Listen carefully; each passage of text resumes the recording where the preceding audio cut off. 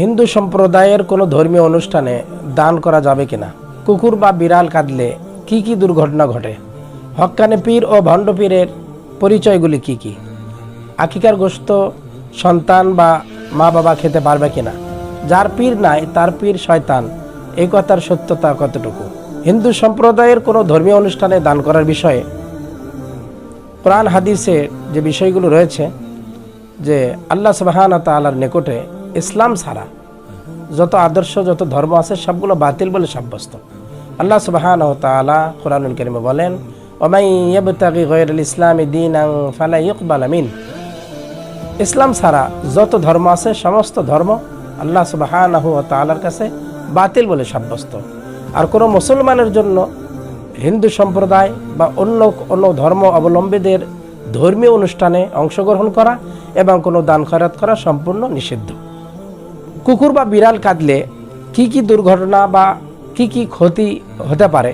দেখুন, কুকুর বা বিড়াল তারা নিজ ভাষায় তারা চলাফেরা করে, তারা হাসি কান্না, তাদের একে অপরের সমবেদনা প্রত্যেকেই নিজ নিজভাবে তারা করে থাকেন। সুতরাং কোরআনুল কারীম এবং হাদিস যাচাই করলে, হাদিস মন্থন করলে, গবেষণা করলে দেখা যায় রাসূলুল্লাহ সাল্লাল্লাহু আলাইহি সাল্লাম বুখারী শরীফে হাদিসে ইরশাদ করেছেন, লা আদওয়া ওয়ালা তিয়ারাতা ওয়ালা হামাতা ওয়ালা সাফার।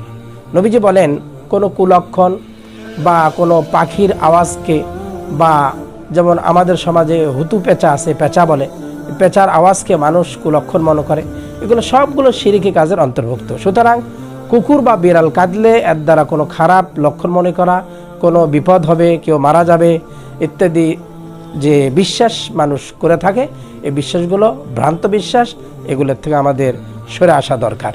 আকিকার গোশত সন্তান বা সন্তানের মা বাবা খেতে পারবে কিনা? আকিকা গুরুত্বপূর্ণ একটা ইসলামের বিধান। সন্তান জন্ম হলে রাসূলুল্লাহ সাল্লাল্লাহু আলাইহি সাল্লাম বলেছেন, সপ্তম দিবসে আকিকা করবে। সপ্তম দিবসে যদি সম্ভব না হয় তাহলে 14তম দিবসে আকিকা করবে। এটাও যদি কোনো কারণবশত সম্ভব না হয় তো সন্তান জন্মের 21তম তারিখে আকিকা করবে। এই আকিকাটা সন্তানের জিন্দেগির, তার জীবনের বিপদ আপদ থেকে এরকমভাবে মুক্তির কারণ বলে রাসূলুল্লাহ সাল্লাল্লাহু আলাইহি সাল্লাম বলেছেন। তো এই আকিকাটা দেওয়া মুস্তাহাব। কোনো সমর্থবান ব্যক্তি যার সচ্ছলতা আছে, সামর্থ্য আছে, সেজন্য অবশ্যই তার সন্তানের আকিকা দেয়। এই আকিকা দেওয়াটা একটা মুস্তাহাব। তবে ছেলে সন্তান জন্ম নিলে দুটি জন্তু দেওয়ার কথা রাসূলুল্লাহ সাল্লাল্লাহু আলাইহি সাল্লাম বলেছেন, আর মেয়ে সন্তান জন্ম হলে একটি জন্তু দেবে। তবে কোনো ব্যক্তি যদি ছেলে সন্তান জন্মের পরেও একটি জন্তু দিয়ে আকিকা দেয়, তাও আকিকা আদায় হবে। এখন এই আকিকার গোশত চামড়ার বিধানটা ঠিক কুরবানির গোশত চামড়ার বিধানের মতন। আকিকার গোশত এবং চামড়া হুবহু কুরবানির হুকুম। আকিকার গোশত সন্তান যদি খাওয়ার উপযুক্ত হয় সেও খাইতে পারবে, মা বাবাও খেতে পারবে, কোনো সমস্যা নেই। হক্কানি পীর ও ভণ্ড পীরের পরিচয়গুলি কি কি? এক ভাই জানতে চেয়েছেন। হক্কানি পীর আর ভণ্ড পীরের সবচেয়ে গুরুত্বপূর্ণ পরিচয় হলো, যেই পীরের মুরিদরা আল্লাহওয়ালা, বেশিরভাগ নামাজি, সৎ পথে চলে। কোনো পীরের মুরিদ যদি, অধিকাংশ মুরিদ যদি আল্লাহওয়ালা হয়, নামাজি হয়, সৎ পথে পরিচালিত ব্যক্তি হয়, তাহলে এটা প্রমাণ হয় তার পীর হলো হক্কানি পীর। তবে হাদিসের মধ্যে এবং কোরআনুল কারীমে এবং ফিকহবিদদের কাছে হক্কানি পীরের কিছু আলামত বা হক্কানি পীরের কিছু শর্ত দেওয়া আছে। যেমন আশরাফ আলী থানভী রহমতুল্লাহি আলাইহি, যাকে হাকিমুল উম্মত বলা হয়, ভারতবর্ষের গুরুত্বপূর্ণ একজন ফকি ছিলেন হাকিম আশরাফ আলী থানভী রহমতুল্লাহি আলাইহি। তিনি 10টি শর্ত বা আলামত বলেছেন। তার মধ্যে প্রথমটি হলো যে হক্কানি পীর হতে হলে তাকে আলেম হতে হবে, কারণ আলেম ছাড়া কেউ পীর হতে পারবে না। সে আলেম যদি না হয় পীরের দাবি করে, সে নিজেই তো জান্নাত জাহান্নামের পথ চেনে না, অন্যকে কেমনে দেখাইবে। 2 নম্বর বিষয় সেখানে বলা হয়েছে যে সে শরীয়তের পুরা অনুসারী ব্যক্তি হবে, শরীয়তের খেলাফ, শরীয়তের উল্টা কোনো কাজ সে করবে না। 3 নম্বর, সে পর্দা প্রশিদা মেনে চলবে। এরকম 10টি কথা বলা হয়েছে। তার মধ্যে সবচেয়ে গুরুত্বপূর্ণ বিষয় হলো যে হক্কানি পীর তার 24 ঘন্টা জীবনটা আল্লাহ এবং আল্লাহ রসুলের মত পথে পরিচালিত হবে। এইভাবে হক্কানি পীর এবং ভণ্ড পীরের পরিচয় বিষয়ে গুরুত্বপূর্ণ তথ্যবহুল আলোচনা রয়েছে। আমাদের ভিডিওটা দীর্ঘ হবে বিধায় আমরা আলোচনা সংক্ষেপ করলাম। এই বিষয়ে আগামীতে আলাদা একটা ভিডিও তৈরি করা হবে ইনশাআল্লাহ। সমাজে একটা কথা প্রচলিত আছে, যার পীর নাই তার পীর শয়তান। একথার সত্যতা কতটুকু?